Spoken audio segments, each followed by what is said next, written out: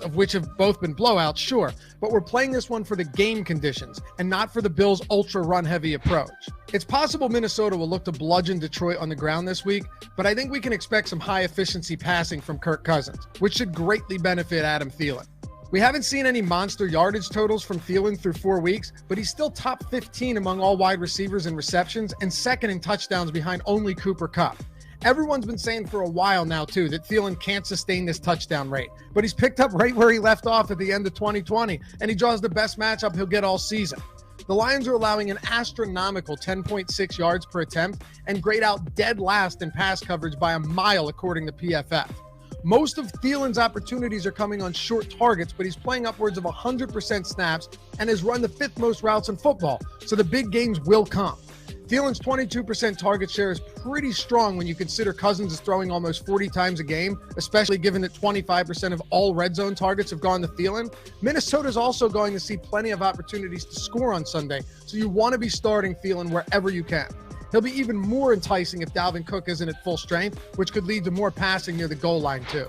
Corey Davis is going to have some bad weeks. That's just what happens when you play for the Jets and with a rookie quarterback, or just when you play for the Jets. But he truly couldn't ask for a better matchup than the one he'll get on Sunday against the Falcons. These two cellar dwellers will be squaring off in London in front of an unsuspecting crowd that will likely no longer have any interest in American football once this game is over, but that doesn't mean we can't still see plenty of fantasy production, believe it or not.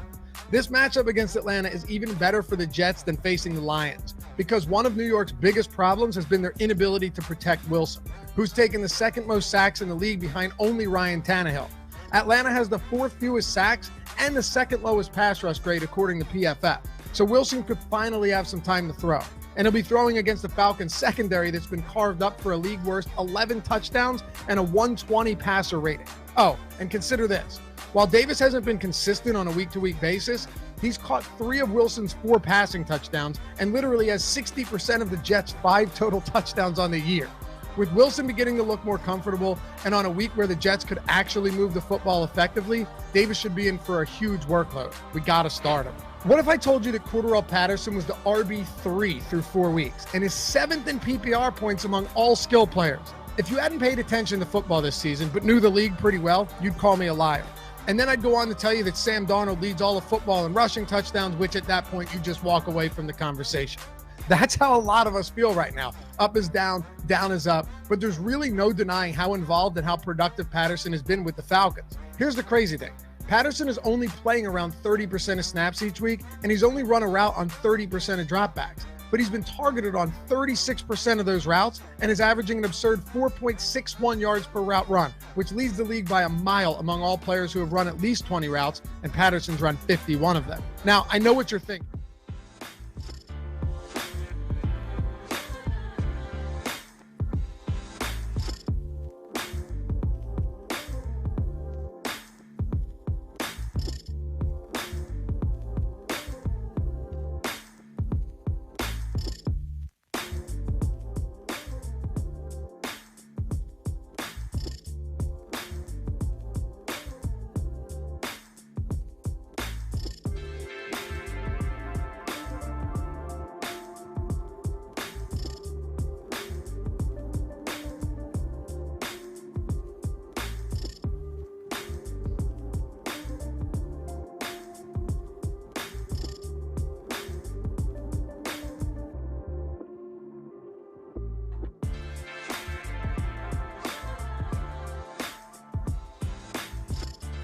Welcome to the Awesemo NASCAR strategy shows. We're here to get you ready for tomorrow's Bank of America Roval 400, the final road race of the season, as we will go 109 laps here for this race course. We're here to break it down for you. Of course, if you have any questions, you can leave that, whether you want to leave that in our premium Slack channel or also on YouTube. Of course, we're going to break these salaries down in terms of tiers. Of course, as always, I am joined by the man, Phil. You know him as Race Sheets. Of course, we are sponsored by Prize Picks. Talk a little bit about Prize Picks later on in the show. But Phil, I was over at Awesemo.com. I'm reading your preview for this race, and we'll get into AJ Allmendinger. I'm sure that's going to be a very much a topic of conversation of how much AJ Allmendinger we should have. But the final sentence in your article really stuck out to me, where you said this week will truly truly be about navigating a careful dance of place differential versus driver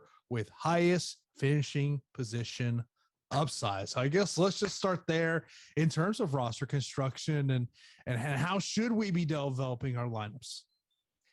Yeah, this should be a one dominator plus all the place differential that you can fit into a lineup. But what we have here on DraftKings, and this has kind of been their MO this season, is we're going to price down the top tier of drivers that we would normally see in that high 10K, maybe even 11K range. These guys have been priced down.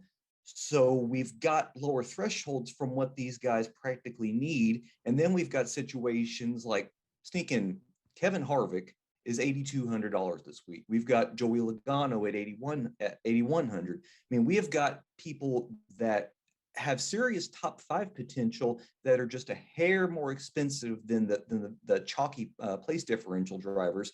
So it really is going to be a tough dance of, okay, how many of these place differential guys do I need to fit in there? Do they have the same upside as these drivers who I'm playing that are starting in the top 10 that have top 10 potential? And this debate really is tough on FanDuel, where the lap sled points, we're only talking about a maximum of 10.9 of those points available on the board. And on FanDuel, I mean, we've got situations like Kevin Harvick is $7,500 over there. So you really got this tough question of, man, does a guy like Matty D, who's $1,000 more than Kevin Harvick over there, yes, he's got a ton more place differential, but does he really have the same sort of finishing position upside that Kevin Harvick might have at a cheaper price? It really is a tough situation. And because, going back to the first point that we were talking about, because these depressed salaries, you can conceivably get 2 dominators in the lineup. And if you question, why would I want to put 2 dominators in a road racing lineup with only 109 laps led, only 109 laps on the board? Go back to the Indy GP. Fewer laps, and that was an optimal lineup constructed of 2 dominators, Chase Elliott and Kyle Larson. Well, here we are, same situation, depressed salaries, even more laps. I think you can very well do it again. You're going to have lineups where it's just a single dominator plus place differential, and you're going to have other lineups where it's 2 dominators, and they all make sense because of the way that salaries are structured this week. So when we're talking about one dominator build, as you're putting your lineups together, and I'm sure you're creating a group in Fantasy Cruncher of, hey, you know what, this is my dominator group here. How many drivers do you got in that potential dominator, group that you want Cruncher to spit out some lineups for you? When I was messing around with my DraftKings lineups this morning, I basically took everybody that was starting top, let's just say top 12. That's all of your playoff drivers. These are all guys that can conceivably lead laps that could be a dominator. And I told it for DraftKings, no more than 2. Like the optimal lineup is not going to have probably not more than 2 dominators. We could have a situation, I guess, where a Bell, a Keselowski, or a Harvick ends up optimal without needing laps led, just because they're depressed salaries, and if they can just get a higher finish, maybe with some fastest laps. But the point is that we still have lots of place differential in this field, especially with the guy up at the top who could have the highest score out of everybody in the field tomorrow. So for myself personally, I said no more than 2 of these drivers per lineup, with the expectation that those are going to be the 2 top lap leaders in tomorrow's race. Of course, we'll get into AJ Allmendinger here in a moment, because I'm sure we're going to have some questions in relation to him. How much of you should you have? But of course, as always, appreciate everyone that comes in here on a Saturday watching the Awesemo NASCAR Strategy Show. Of course, if you're not a member of Awesemo Plus and you wanted to see what's behind the paywall today, our free premium data and tools include Week 5 NFL projections and MLB player rankings. So you can check that over awesemo.com if you want to get a little peek of what is behind the paywall all there. Of course, be sure to subscribe to Awesemo right here on YouTube. Got a ton of great shows for you each and every day. Of course, we got a range of shows coming in tomorrow to get you ready for week 5 of the NFL season. Of course, I'll be at Raymond James Stadium. I'm just going to tell you, based on the weather outside in Tampa right now, it's going to be a hot one tomorrow afternoon. So thankfully, I'm in the press box, so nice AC. So I don't have to worry too much about that. But of course, if you're not subscribed, hit that notification bell so you know when a show is live here on the channel. So let's get right into the top salaries. We only have 4 drivers who are 10K and above this week over on DraftKings. Of course, that's AJ Allmendinger. He's at 11-2 on DraftKings, 12,000 over FanDuel. Then we got Chase Elliott, Kyle Larson, and Mark Truex Jr.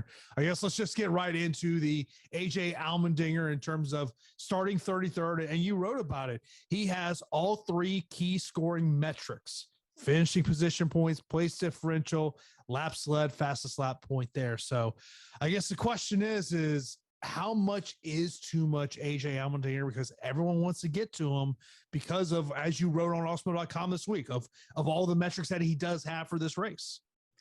Yeah, I mean, he's got access to everything this week. Obviously, place differential.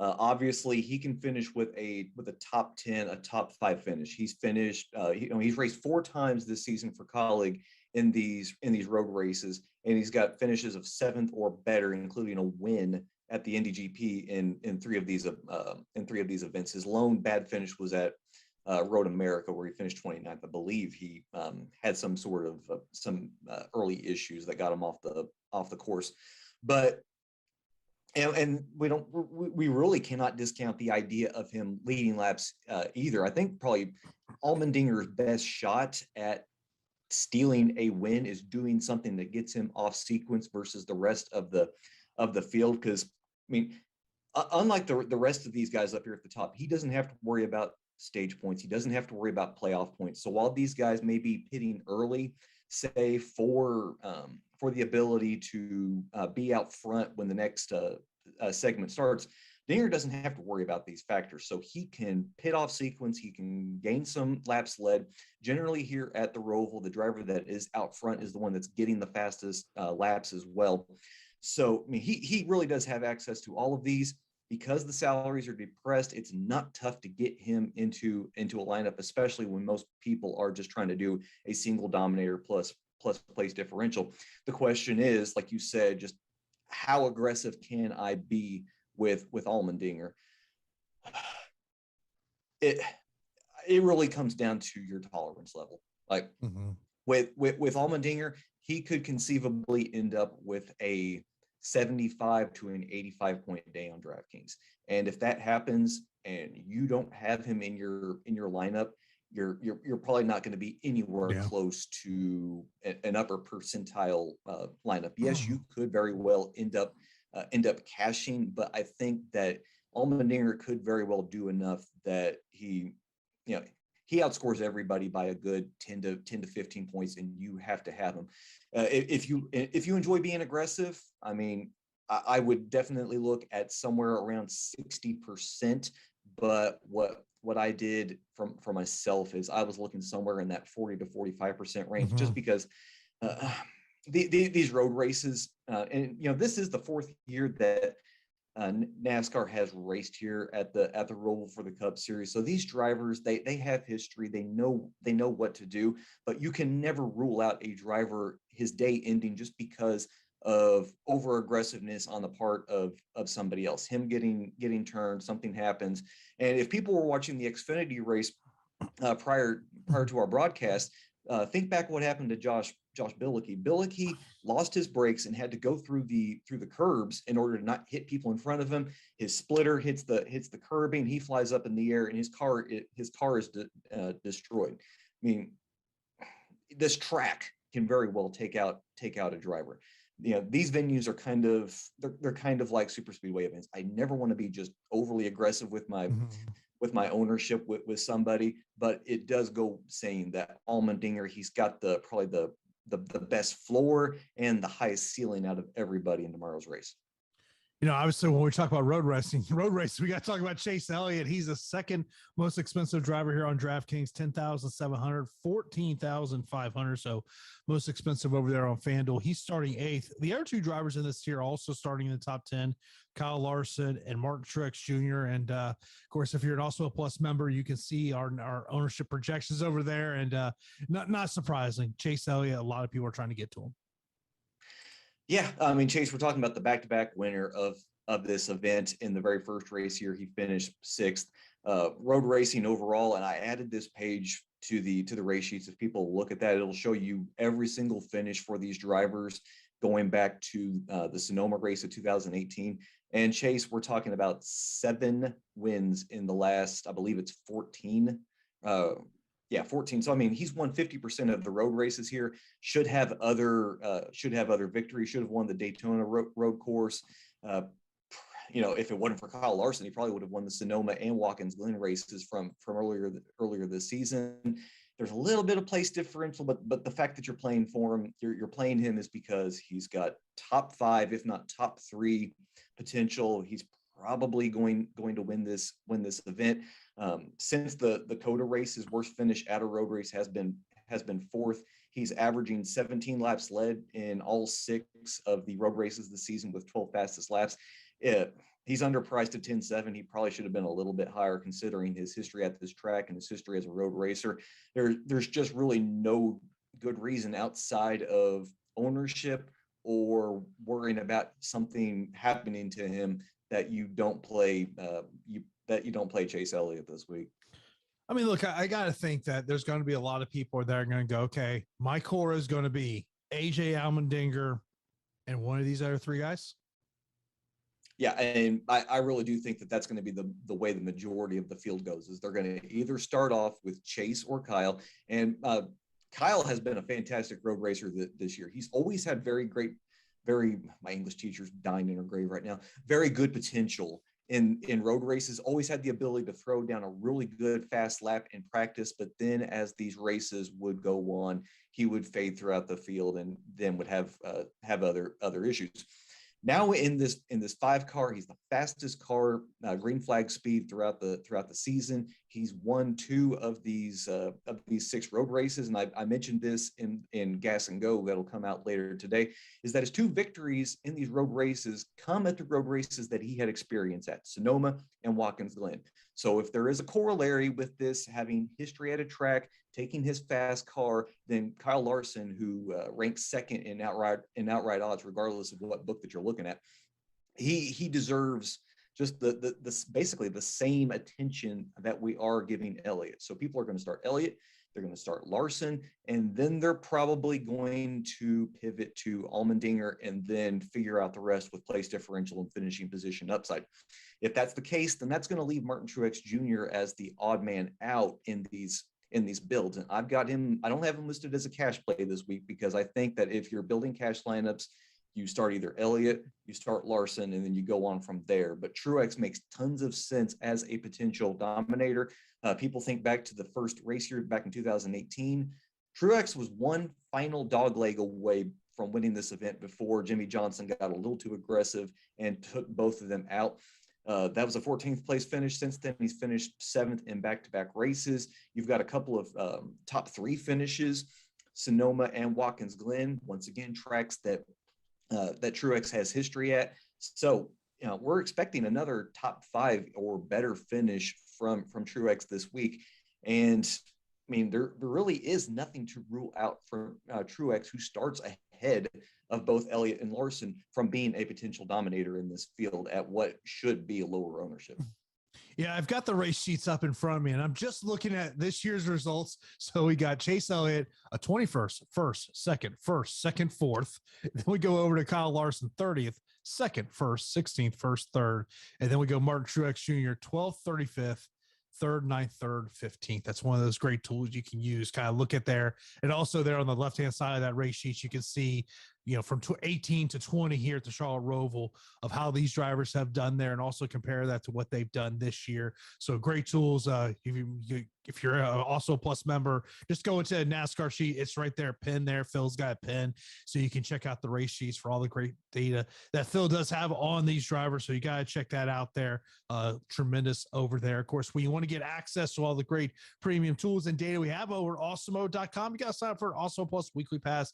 You can get that for $29.95, gives you full access to everything we have over there at Awesemo.com, ownership projections, and so much more. And if you're a new user of Awesemo Plus Platinum, you can take advantage of the promo we got going on right now. Use that promo code NASCAR Strategy Show, all word, one caps. That's NASCAR Strategy Show for 25% off your first week of Awesemo Plus. And of course, if you're just looking for an Awesemo Plus NASCAR weekly pass, you can get that for $9.95. Stop guessing, start winning. Join Awesemo Plus today. Yeah, you got to check out that top driver tool to help you develop your lineups here for tomorrow's NASCAR race. Let's move on to tier number 2. This will be the drivers in the 9K and 8K range. So we got Kyle Busch starting 9th, William Byron starting 11th, Denny Hamlin on the pole, Ross Chastain 27th, Ryan Blaney 6th, Alex Bowman 12th, Kurt Busch 13th, Brad Keselowski 2nd, Christopher Bell 4th, Kevin Harvick 7th, Joey Logano starting 3rd. Where do you want to start here, Phil, in terms of all these drivers? First, the guy that I just have done my darndest to have absolutely no exposure to this week, and that's Kyle Busch. Kyle has publicly stated that he does not like this Roval setup. He has compared it to racing in a parking lot. And I think this is something that you have to take for when drivers tell you how they feel about certain venues, then it gives you an idea. It stems from something. You look at Kyle's results here. We're talking about 32nd, 37th, and 30th. Now, this isn't just a Charlotte Roval thing. We've got results from the Daytona road courses where he has been just as bad. There's something about these setups about combining an infield road course with racing on the turn 1 going into turn 2. Then there's a dog leg. Then turn 3 into turn 4, another dog leg, and then you go across the finish line. Kyle he apparently hates this. And the finishes bear that out. So I'm going to take Kyle at his word and just take the assumption that he's going to have another terrible finish tomorrow.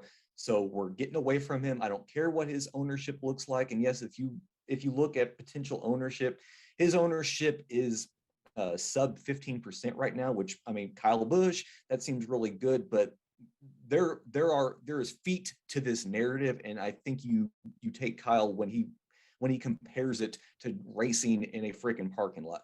You go down the field. Hamlin makes sense as a potential dominator. We've seen it time and time again that the driver who starts out front has the ability to dictate that early line as they go across the start-finish line. They do the big left-hand turn at turn 1 and then go through the stadium course. If you're the driver out front, because they always take the inside line, you can dictate that early line, and that generally enables you to get a couple of car lengths worth of separation between you and the pack, and that turns into a lead. We see it time and time again. It happened today. It's what I'm expecting tomorrow.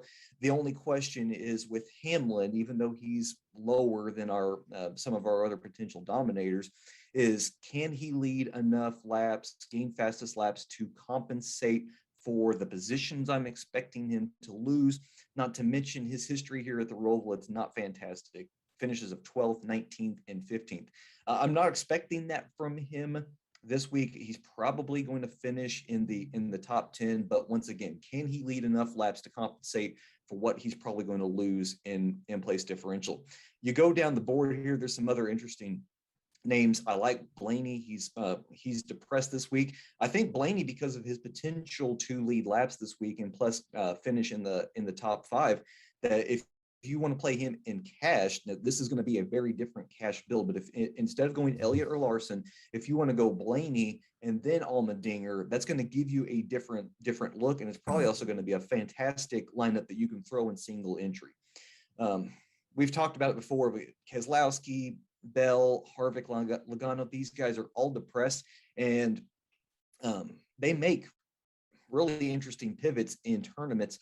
off of the guys below him, below all of them in the next tier, who are going to be very chalky because of their place differential. Out of these four, I like Logano the best. He has finishes of 10th, 10th, and 2nd. You go back to the Daytona Road Course, which is going to be one of our better corollaries for this track. He finished 2nd. The Dominator points haven't been there for Logano here, but starting 3rd, it's just a matter of, can he outmaneuver Hamlin and Keselowski somewhat early? I don't know about that, but at 8,100, he really doesn't have to do that much in order to be an optimal driver tomorrow.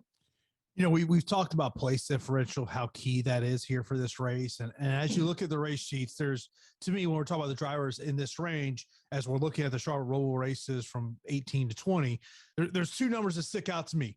Negative 19.7. That would be place differential for Kyle Busch.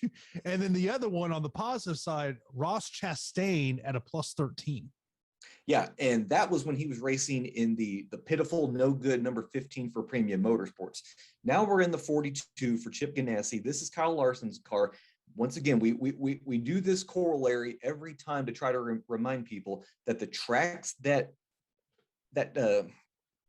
Larson was good in the 42, generally we get like a 80% version of Larson with Chastain behind the wheels. So if Larson could show up with a fast car, and quite frankly, if they would have had qualifying, there's a good chance that Chastain probably would have qualified somewhere within the top 10 this week. So we're getting a fast car that traditionally has run well here, but kind of faded towards the end. Chastain has had good results this year at road courses. We're talking about 3 top 10 finishes. He was part of the melee at the end of the Indy GP. That's why he's got a 29th place finish, but he's been really good in road course races this year. Chip Ganassi has run well at the Roval in past years. Chastain, I don't know just how chalky he's going to be, because there is a considerable price gap between him and the guys in the 7K range. So if he's almost one of those guys that you have to force yourself to get to, but if you find yourself getting there, I mean, there's no reason why he doesn't have the same finishing position / place differential upside as the guys that are in that next tier that we're going to talk about. Now, mention about a driver in this tier and looking at what he has done this season in road racing, Alex Bowman. He starts off the year in the first 3 road races, all top 10 finishes, but since then, his best finish is 17th. Do you want to get there to an 8,900 Alex Bowman on DraftKings in that 12th starting position? Yeah, and I'm gonna say that I like Bowman just looking at track history. Yeah, the way that the season started for Bowman versus the way that it's gone the last couple of races have not been going his way. But we're talking about Bowman here with 3 top 10 finishes. He ascended to the lead late in last year's race. That was kind of a result of weird pit strategy that was going on, but he found his way to the lead, ended up finishing 8th that race. These Roval races really are kind of dictated by horsepower, and I think we know that Hendrick has been one of the leaders in producing horsepower this year, because I mean, half of the race is going to, I want to say half, but maybe 35 to 40% of this race is going to be run through the stadium course. But then the other part of it is going to be ran on the oval. So horsepower is going to play a big difference in laying down speed, getting around drivers if you can't get around them in the stadium course. So if Bowman's going to be a little cheaper here at 8,900, 9,800 on FanDuel, then I think he makes tons of sense as a GPP play. And I don't have him listed as a dominator this week in the race sheets, but Bowman needs to win. This is part of a narrative that we haven't quite talked about, but Bowman and Byron and Bell, they're so far down in the points to Chase Elliott for that final transfer spot that they're not going to point their way in with stage points. They've got to win. So if Bowman has that motivation behind him, then he's going to necessarily have to get to the lead. Now, he may not win, but if he can ascend to the lead, get some dominator points, and still finish with a top 5, I mean, I'll be happy with that. There is one driver in this tier that let's just say Not getting a ton of ownership, and that's Brad Keselowski starting second. Brad, once again, can Brad do what most second place drivers don't do, and that's pass the pole sitter early, and probably not. If Brad's going to take the lead and early on, then it's going to be because Denny's screwed up. Like Denny's overdriven one of these dog legs. Well, went where he wasn't supposed to go, and he's gonna have to serve a penalty, and then Brad's gonna take the lead. That's how Hemrick passed Cindric early on in the Xfinity race today. But you're getting a guy that has ran well here before. Brad, with like less than 10 laps to go in the very first race here in 2018, I think he led the second most laps, was leading that race, and then he went straight into the turn one wall and collected a bunch of other cars with him, including Kyle Larson, who led the most laps that day. Brad is cheap. Once again, what you need from Brad, it's really not a whole lot. And at that projected ownership, I mean, even in 20 max, I think you need to have at least a couple of shares of him in case he does just lead enough laps to become optimal. Of course, this is the Awesemo NASCAR Strategy Show. We're getting you ready for tomorrow's Bank of America Roval 400, and we are sponsored by Prize Picks. They are a daily prop-based contest. You can use our free NFL and MLB player props tools to help you make the best selection. And of course, when you sign up, be sure to use that promo code also for $100 first match deposit bonus over there. I was over there earlier today looking at some of the daily props they have over there. I know, Phil, you've been checking out some of those props here for this NASCAR race in terms of fantasy points, and there are some that have definitely stuck out to you. Yeah, the first one was Kyle Busch at 34.5 points. That would mean that he needs a sixth place or higher finish. We've already talked about Kyle and his woes here at this track, how much he dislikes this track. Betting on Kyle to reverse his trends here and end up with a sixth place or better finish, I think that's a fool's errand. You've got Allmendinger making the spot start, like we've talked about. His point total is 32.5. Basically, we need an eighth place or better finish out of Dinger. He's done that before in the Cup Series. He's your back-to-back Xfinity winner. He's got that finish or better in 3 of the 4 road races. Down, we've got Kurt Busch at 30 points. That means from Kurt, you are going to need a 10th place or better finish from Kurt. Kurt's been good in road races this year. Kurt has run well at the Roval. I'm going to say the over on that. And finally, the last one that kind of stuck out to me, and this is a bit of a push, is Matty D with a 27.5 total. So we need a 13th place finish or better out of Matty D. That's going to be a real tough bet, but I think in the end that you're going to get that out of Matty D. Now, don't be surprised if he ends up with 28 or 29 points and just barely clears this, but I think that's the kind of day that you're expecting from Matty D to match what he's done at this track in the past. Of course, you can see it over there. Put $20 in, which how you can win some money over there at Prize Picks. So be sure to check out Prize Picks, a great prop-based contest I have over there. Check them out, whether you want to play NASCAR, maybe you want to play a little NFL, MLB, whatever it is. Check out Prize Picks and be sure to use that promo code Awesemo for a 100 first match deposit bonus over there at prizepicks.com. You can download their app in the App Store as well. So let's move on to tier number 3. This will be the drivers that are in the 7K and 6K range. So we got driver you just mentioned, Matty D starting 30th, Tyler Reddick 29th, Chase Briscoe 22nd, Justin Yaley 38th, Eric Amarola 21st, Michael McDowell 19th, Daniel Suarez 25th, Chris Buescher 16th, Ryan Newman 24th, Austin Dillon 14th, Eric Jones 17th, Joey Hand 36th, Ryan Preece 31. So we have got a ton of place differential just sitting there. Yeah, and the 3 guys at the top of this tier are all drivers that you should really like. Chase is a little bit priced up. You've got him at 7,600, and Eric Almirola with just one fewer position to gain is $300 cheaper. I think the enthusiasm on Briscoe is that he won this race initially in the Xfinity Series back in 2018.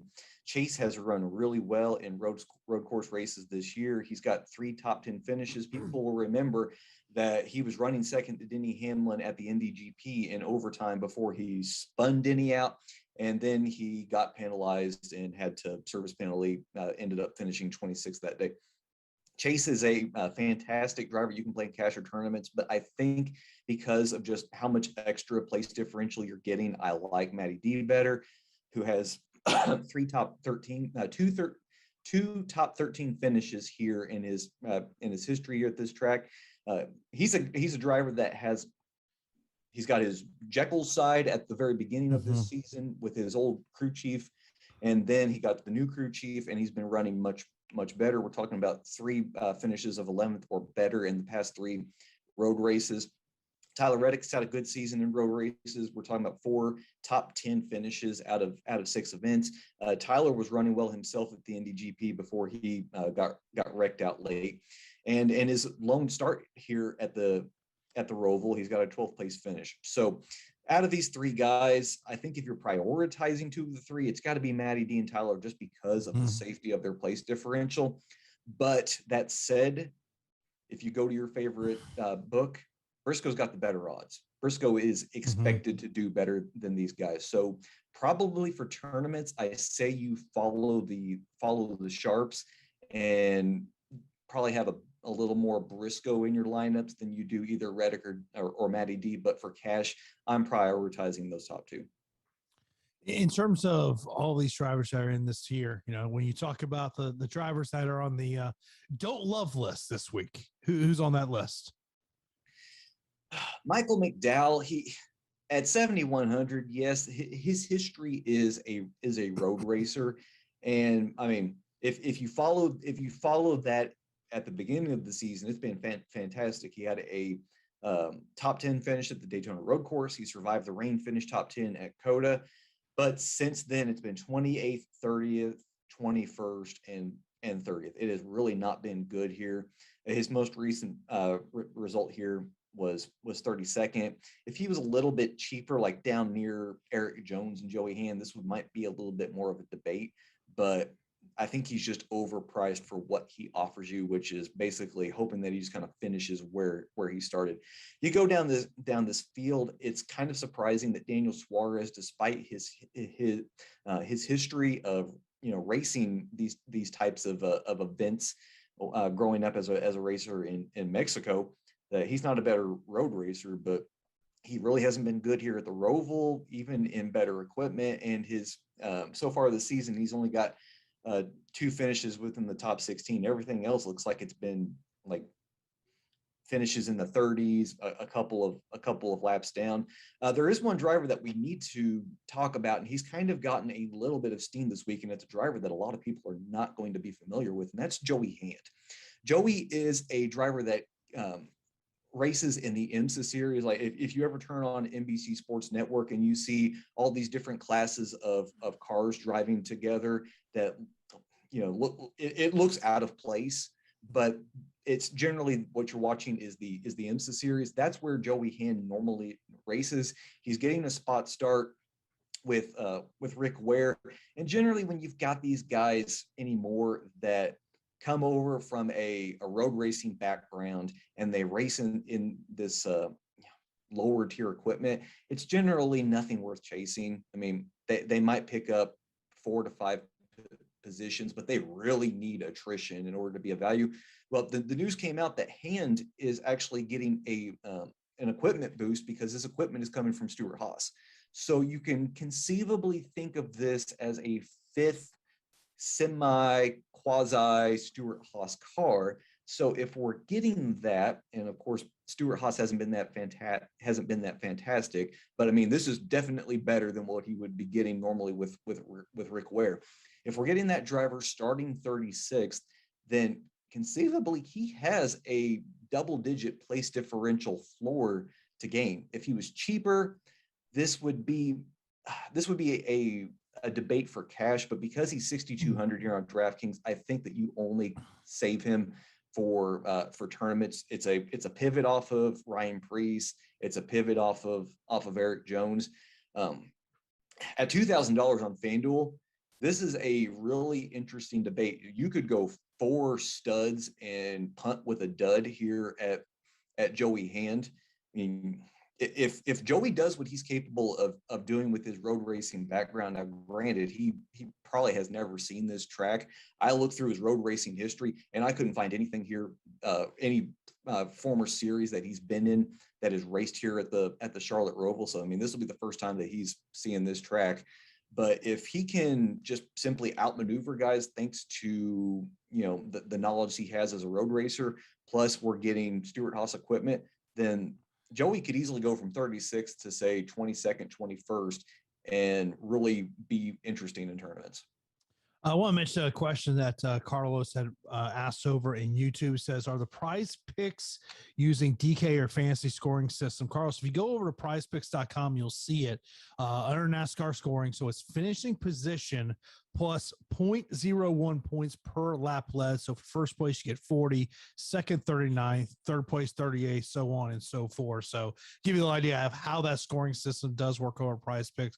When you just go in there, how to scoring, you'll see exactly how it is. But that gives you a little idea of how the Prize Picks works over there. And just kind of, looking at the ownership in terms of this tier, obviously some of the drivers that you had already mentioned about Matty D, Tyler Reddick, they are drivers that are getting there. I mentioned Daniel Suarez. You kind of talked about it a little bit there. He's under 10% ownership. Yeah, Lord, I would like to find a reason to get to Suarez, because he, for your cash games, there is just kind of this odd dead zone in between Chase Briscoe and then all the way down to the Ryan Preece area. Like, those are drivers that either start too far forward, or drivers that I just don't feel confident enough to play in DraftKings cash. And Suarez fits that need starting 25th, but based on his results this season, based on these results here at the Charlotte Roval, I just can't trust him.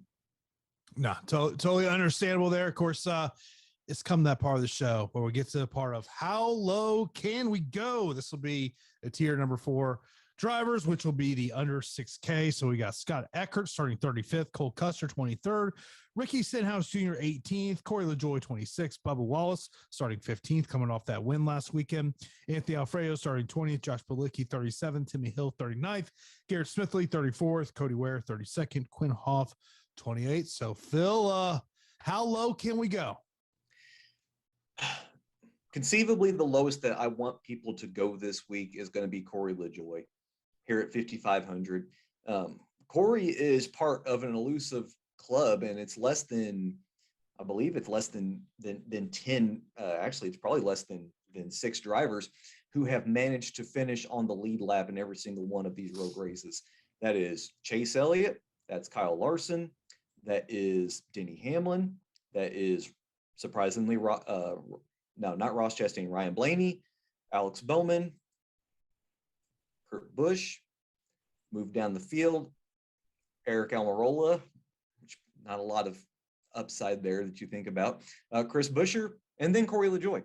Corey just finds a way to stay on the lead lap, and if that's what he's going to do. Now, yes, finish on the lead lap isn't the end all be all in a road race, but what does that show us? It shows us consistency. It shows us that he's finding a way forward. He's meandering his way forward. He's avoiding wrecks. He's avoiding probably the biggest mental mistake, which is taking yourself out of the race, and he's moving forward. In these road races, his average finish is 21.7. So if he's going to do what he does, he's going to pick up a few positions, and that could be fine. It's more along the lines of what LaJoie allows you to do. Since we don't have so many top-heavy guys, you don't have to think about, all right, can I play Quinn Half? Can I play Cody Ware? Can I play Garrett Smithley? Can I play Timmy Hill? Since the prices aren't so heavy, you only have one driver over 11K. There's only three drivers in the 10K through 11K range this week on DraftKings. You really don't have to force yourself down that far when you're trying to get as many of these top tier guys together. So hopefully it's Corey LaJoie. I like Cole Custer at starting 23rd. Quite frankly, I don't know what the difference is between a $7,100 Eric Almirola and a $5,700 Cole Custer. That is basically the same driver at a $1,400 discount. I like that. Remember, Cole started 28th in this race last year, ended up finishing 9th. Really like that. If you need to go down far, Cole makes sense as the last guy in cash games. And then there's Ricky Stenhouse. He's got back-to-back finishes of 17th at this track. And but Ricky's got 4 top 20 finishes, including finishes of 11th, 19th, and 12th in his last 3 road races. You wouldn't think of Ricky as a competent road racer, but he's shown that ability. So in tournaments, I think Ricky makes a pivot off of what's going to be the chalkier Priest, Custer, and potentially LaJoy. So one of the reasons I wanted to bring up how low can we go, because let's just say you wanted to go with a core of AJ Allmendinger, Ross Chastain, and Kyle Larson. If you do that, your average remaining per driver is $6,400. So the question, dude, at that point, is all of a sudden that's not your core? You got to eliminate one of those drivers. Well, no, I mean, with that much left, I can go here to Cole, even though I'm expecting his ownership to be a little crazy.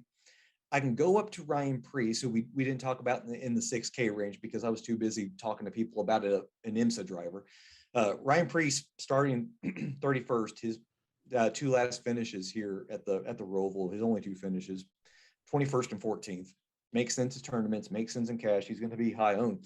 So if you put in Cole and Preece, what suddenly now you're looking at a driver in the mid or to upper 7K range that you get to fill your lineup with. I mean, that's fantastic. Well, it's just, I'll tell you exactly. Yeah. So that's going to leave you with 7,500 left over for that final driver.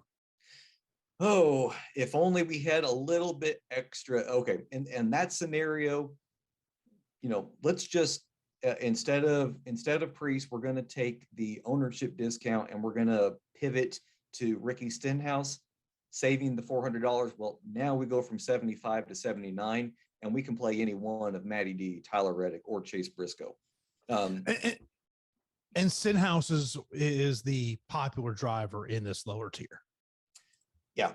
And this is quite frankly just a product of the way that you build lineups this week. But all of these place differential guys that you want to get in, their ownership is going to be matched by people knowing that this is the way that you go. So if you are finding pivots anywhere on this board, we talked about it. If you're trying to find a pivot in the upper 7K range, you're either holding your breath and playing Justin Haley, which I would not advise, even though he starts 38th. You're moving up to the likes of Logano, Harvick, or Bell.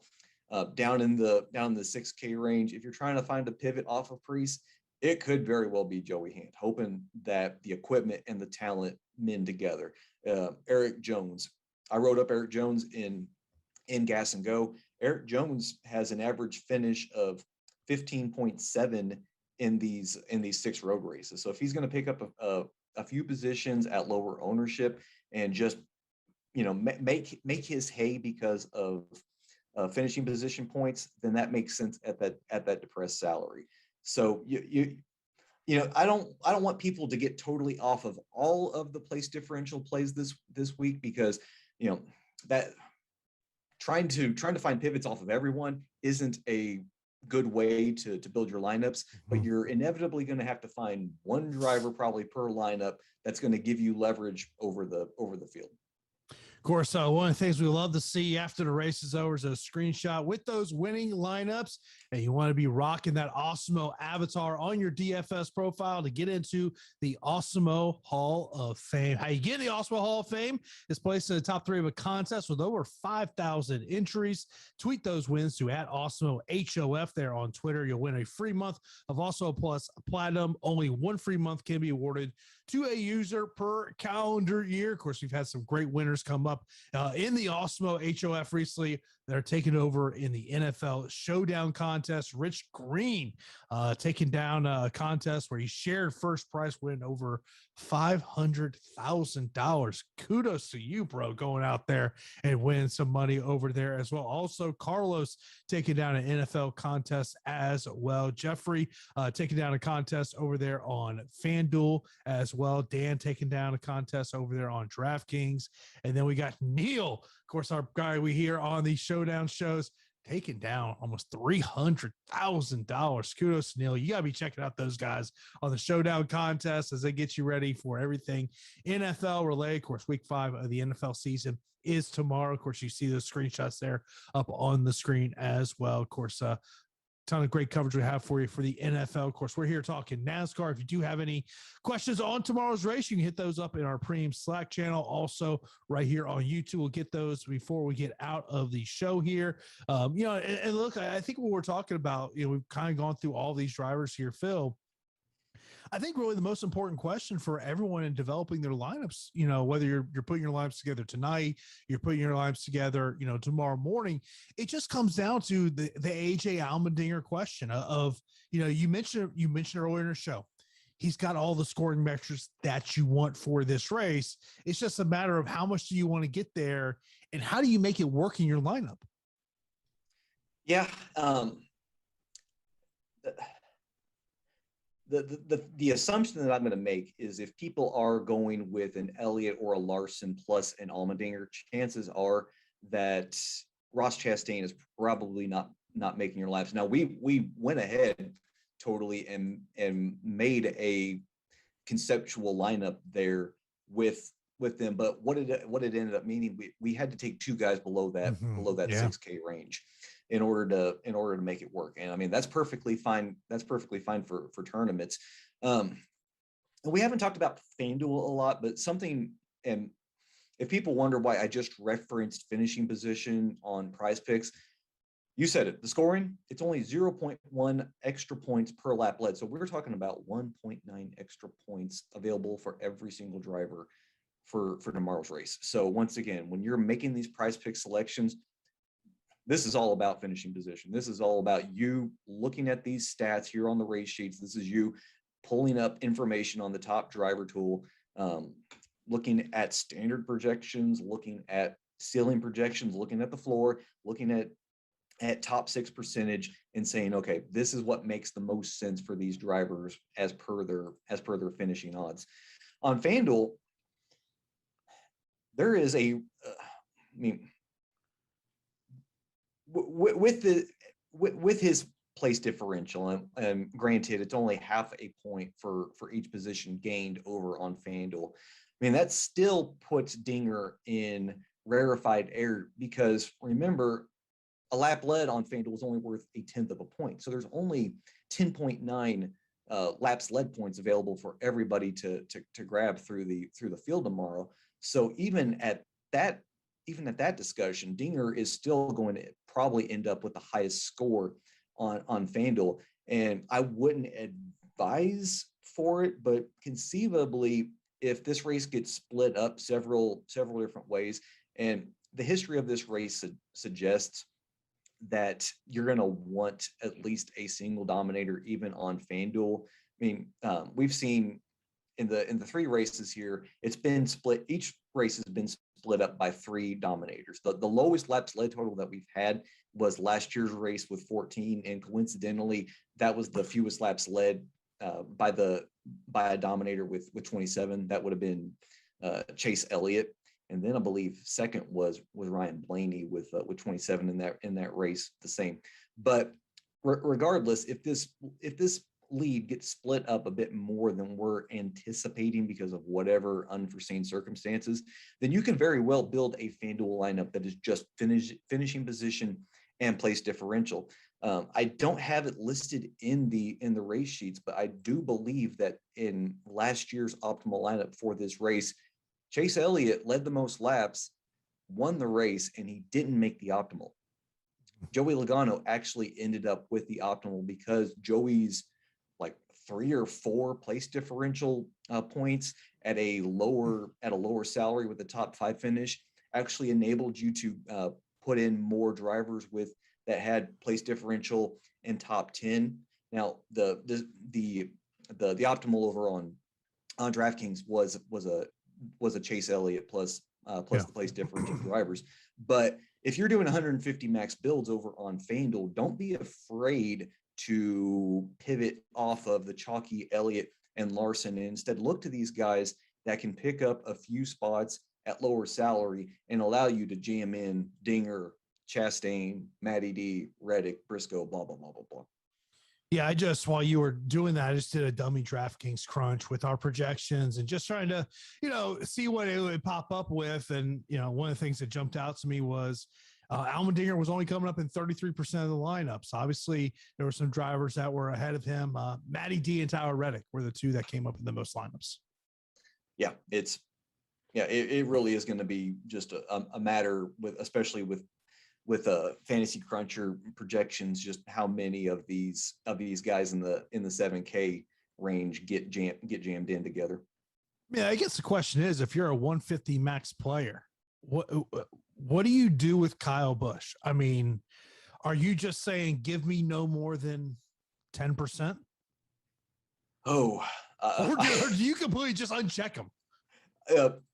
Based on history, I think it might be a safe bet to just completely uncheck him. But God, there's always the scenario where Kyle decides that, hey, I don't hate this race anymore. I don't hate this track anymore. Plus, Kyle, if I remember correctly, only has a 9-point lead tied with Chase Elliott for that final spot. So Kyle's going to have to get over whatever qualms he has against this track and actually try to be competitive. That was something that I alluded to either in preview or in Gas and Go, that don't be surprised if Kyle has a typical race here and finds himself out of the playoffs and Kevin Harvick races his way in just simply via points. But if you're doing 150 max, maybe 5%, that's gonna get you enough lineups that you're not going to be totally off of him, but it's still going to keep you safe from it. And if he has his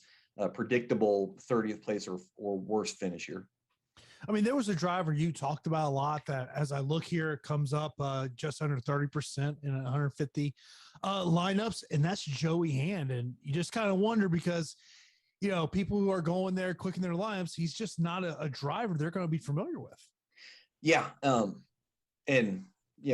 This is us taking faith that the Stewart-Haas equipment is going to propel a road racing ace, as we would call him, and allow him to pick up 15 spots. I think, and once again, harkening back to Gas and Go, the real key for people, if you build your lineups tomorrow, just about how aggressive you can get or not get with Joey Hand, is keep tabs on how his numbers shift in sports books. Right now, his odds are the same as Scott Heckert, Anthony Alfredo, Josh Bilicki. I mean, we are talking about low end odds. So either the books think that this upgrade in equipment is just nothing to worry about, or it's something that they really haven't baked in. So if you see these numbers, especially if you can find somewhere that will give you top 20 numbers, then that might be an indication for you to say, okay, if the sharps are adjusting this direction, then maybe that's a direction that I should go similarly myself. Of course, we appreciate everyone tuning in here on a Saturday afternoon for the Awesemo NASCAR Strategy Show. Of course, subscribe also right here on YouTube. Be sure to do that. Got a ton of great shows for you each and every day. Of course, we got you covered all day long tomorrow for NFL coverage, bright and early in the morning. The guys will get you ready for the early 1 o'clock games, all the way leading up into the prime time game as well. Of course, be sure to hit that thumbs up, hit that notification bell when you subscribe so you know when a show is live here on the channel. Phil, any last things to leave our listeners with? Look for Gas and Go to drop. That'll give you my thoughts on some guys that I really like for cash games tournaments and a potential fade candidate that I think that if people are really trying to jam in as many of the top tier guys that they're going to find themselves landing on. And of course, that is going to do it for the Awesemo NASCAR Strategy Show. We will be back next Saturday to get you ready for next weekend's race. Of course, as always, be sure to follow Awesemo on Twitter at Awesemo_com. So that's going to do it for us. Hope everyone has a great weekend, and we will talk to you next Saturday on the Awesemo NASCAR Strategy Show.